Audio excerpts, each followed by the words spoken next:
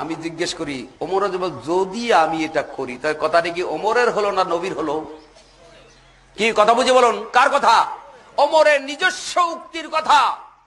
মনে রাখবেন ওমর রাদিয়াল্লাহু তাআলার খলিফা, তাতে কোনো সন্দেহ নাই। ওমর রাদিয়াল্লাহু জান্নাতে যাবেন তাতেও কোনো সন্দেহ নেই। কিন্তু তাই বলে নবীর বিরুদ্ধে ওমর রাদিয়াল্লাহু তাআলার কোনো মন্তব্য কোনো মুসলমান মানতে পারে না।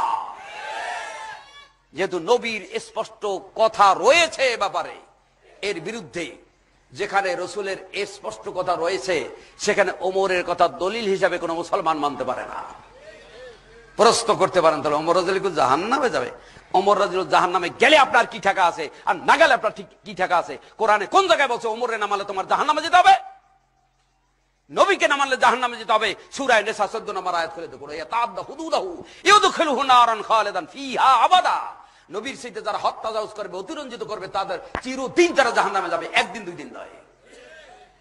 হে মুসলিম জাতি, ওমর রাদিয়াল্লাহু তাআলা এই সিদ্ধান্তকে মানলে নবী বলেছেন ইয়া আইয়ুহান নাস সাল্লু ফি বুয়ুতিকুম ইন্না আফজালাস সালাতিল মারই ফি বাইতিহি ইল্লা সালাতুল মাকতুবাতা। মিশকাতের 1221 নম্বর হাদিসে পাবেন, বুখারী মুসলিমের হাদিস। আল্লাহ নবী শেষে গিয়ে বলেন তোমরা এই নামাজ ঘরে পড়ো, যেহেতু একজন ব্যক্তির জন্য ফরজ নামাজ ব্যতীত যত নামাজ আছে সব ঘরে পড়া উত্তম। নবীর সিদ্ধান্ত নবী রেখে গেলেন, তারপর নবীও বললেন না, আবু বকর সিদ্দিক রাদিয়াল্লাহু বললেন না, ওমর রাদিয়াল্লাহু নিজে চালু করে নিজে পড়েন নাই। তাহলে এখানে দেখা গেল, স্পষ্ট দেখা গেল নবীর বিরুদ্ধে, নবীর বিপরীত হওয়ার কারণে ওমর রাদিয়াল্লাহু তাআলা ওই সিদ্ধান্তটাকে আমরা শরীয়ত হিসাবে মানতে পারি না। প্রয়োজনের তাগিদে ওমর রাদিয়াল্লাহু করেছেন।